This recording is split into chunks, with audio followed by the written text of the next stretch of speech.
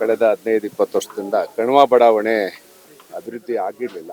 ಈಗಾಗಲೇ ಡಿ.ಕೆ. ಸುರೇಶ್ ಅವರು ಹೇಳಿದಾಗೆ ಅದಕ್ಕೆ ಎಲ್ಲ ಕಾಯಕಲ್ಪ ಕೊಟ್ಟು ಈಗ ಅಭಿವೃದ್ಧಿ ಆಗ್ತಾ ಇದೆ. ಒಟ್ಟಾರೆ ಜಿಲ್ಲೆಯ ನಾನು ಮೊದಲೇ ಹೇಳ್ದಂಗೆ ಸರ್ವತೋಮುಖ ಅಭಿವೃದ್ಧಿಗೆ ಮಾನ್ಯ ಮುಖ್ಯಮಂತ್ರಿಗಳು ಹೆಚ್ಚು ಒತ್ತು ಕೊಟ್ಟು ಕೆಲಸ ಮಾಡ್ತಾ ಇದ್ದಾರೆ. ಹಾಗಾಗಿ ಅದರ ಸದುಪಯೋಗ ಪಡಿಸ್ಕೋಬೇಕು, ನಮ್ಮ ಜನಗಳಿಗೆ ಅನುಕೂಲ ಆಗಬೇಕು. ಆ ದೃಷ್ಟಿನಲ್ಲಿ ಮೊದಲನೇದಾಗಿ ನಮ್ಮ ಚನ್ನಪಟ್ಟಣ ತಾಲೂಕಿನ ಬಸ್ ಸ್ಟ್ಯಾಂಡು ಭಾಳ ವರ್ಷಗಳಿಂದ ನೆನೆಗುದಿಗೆ ಬಿದ್ದಿತ್ತು. ಇವರು DCM ಆಗಿದ್ದಾಗಲೂ ಕೂಡ ಕಾಂಟ್ರಾಕ್ಟ್ರು ನಮ್ಮ ಹತ್ರ ಬರ್ತಿರ್ಲಿಲ್ಲ. ನಾನು 16 ಬಾರಿ ಪ್ರಯತ್ನ ಪಟ್ಟರು ಬಂದಿರಲಿಲ್ಲ. ಇವರು ಮುಖ್ಯಮಂತ್ರಿ ಆದಮೇಲೆ ಕಾಂಟ್ರಾಕ್ಟರ್ ಕರೆದು ಮಾತಾಡಿ ನೆನ್ನೆ ಅವ್ರಿಗೊಂದು ಅಗ್ರಿಮೆಂಟ್ ಮಾಡಿಕೊಂಡು ಒಂದು ತೀರ್ಮಾನ ಮಾಡಿದ್ದೀವಿ. ಕೇಸೆಲ್ಲ ವಾಪಸ್ ತಗೊಂಡು ಬಹುಶಃ ಒಂದು 15-20 ದಿವಸದಲ್ಲಿ ಮನೆ ಮುಖ್ಯಮಂತ್ರಿಗಳು ಕರೆಸಿ ನಮ್ಮ ತಾಲೂಕಿನ ಎಲ್ಲ ಅಭಿವೃದ್ಧಿಗಳಿಗೆ ಚಾಲನೆ ಕೊಡ್ತೀವಿ. ಒಂದು UGD ಎಲ್ಲ ಅಪ್ರೂವಲ್ ಆಗಿದೆ, ಅದಕ್ಕೂ ಕೂಡ ಪ್ರಾರಂಭ ಮಾಡಬೇಕು. ಮತ್ತು ಕಣುವಾಗೆ ಹೊಸ ಪೈಪ್ಲೈನು ಇಗ್ಲೂರಿಂದ ಹೊಸದಾಗಿ ಒಂದು ಲಿಫ್ಟ್ ಇರಿಗೇಷನ್ ಮಾಡ್ತಾಯಿದ್ದೀವಿ, ಎಕ್ಸ್ಟ್ರಾ ನೀರು ತುಂಬಿಕೊಳ್ಳೋಕ್ಕೆ.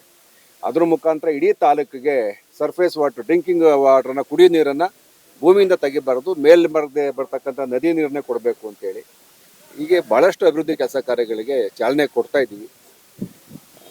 ಅಭಿವೃದ್ಧಿ ಅಷ್ಟೇ ಮಾತಾಡ್ಬೋದು. ಅಲ್ಲ, ಈಗ ಬಸ್ ಸ್ಟ್ಯಾಂಡ್ ಕಾಂಟ್ರಾಕ್ಟ್ರು ಕೇಸ್ ಹಾಕೊಂಡಿದ್ರು, ಒಂದಲ್ಲ ಎರಡಲ್ಲ 2-3 ಕೋಟಿಯಲ್ಲಿ ಕೇಸ್ ಹಾಕೊಂಡಿದ್ರು. ಈಗ ಅವ್ರು ಕರೆದು ಮಾತಾಡಿ ನೆನ್ನೆ ತೀರ್ಮಾನ ಆಯಿತು. ಅವರೊಂದು 25-30% ಡಿಸ್ಕೌಂಟೇ ಕೊಟ್ಟರು. ಅವ್ರಿಗೆ 4 ಕೋಟಿ ಚಿಲ್ಲರೆ ಏನೋ ದುಡ್ಡು ಕೊಡಬೇಕಾಗಿತ್ತು, ಅದು 3 ಕೋಟಿ ಚಿಲ್ಲರೆಗೆ ತೀರ್ಮಾನ ಮಾಡಿ ಅವ್ರಿಗೆ ಆ ದುಡ್ಡು ಕೊಟ್ಟು ಈಗ ಅವ್ರು ನಮಗೆ ಬಸ್ ಸ್ಟ್ಯಾಂಡನ್ನು ವಾಪಸ್ ಈಗಾಗಲೇ ಬಿಟ್ಬಿಟ್ಟಿದ್ದಾರೆ. ನಮ್ಮ ಇದಕ್ಕೆ ಬಿಟ್ಟಿದ್ದಾರೆ. ಅವ್ರಿಗೆ ದುಡ್ಡು ಕೊಟ್ಟು BMRDಯಿಂದ ದುಡ್ಡು ಕೊಟ್ಟು ಅವ್ರನ್ನ ಕ್ಲಿಯರ್ ಮಾಡಿ, ಅದು ಖಾಸಗಿಯವ್ರು ಹಾಕ್ಕೊಂಡಿದ್ರು, ಅದು ನೆಕ್ಸ್ಟ್ ಟ್ಯಾಕಲ್ ಮಾಡ್ತೀವಿ. ಅದೊಂದು ಮೂರು ಅದು ಸೇರ್ತೀವಿ ಗುರು. ಅವ್ರು ಯಾರೋ, ನನಗಿರೋ ಮಾಹಿತಿ ಪ್ರಕಾರ ಅದು ಬೋಗಸ್ ದಾಖಲೆ, ನಿಜವಾದಂಥ ದಾಖಲೆ ಯಾವುದೂ ಇಲ್ಲ. ಯಾಕಂದರೆ ಬಸ್ ಸ್ಟ್ಯಾಂಡೇ ಅದು, ಒಗ್ಗಟ್ಟಾಗಿ ಅದು ಬಸ್ ಸ್ಟ್ಯಾಂಡ್ ಜಾಗನೇ. ಯಾರೋ ಬೋಗಸ್ ದಾಖಲೆ ಮಾಡ್ಕೊಂಡಿರ್ಬೋದು, ಅದು ನ್ಯಾಯಾಲಯದಲ್ಲಿದೆ, ಅದನ್ನು ಟ್ಯಾಕಲ್ ಮಾಡ್ತೀವಿ.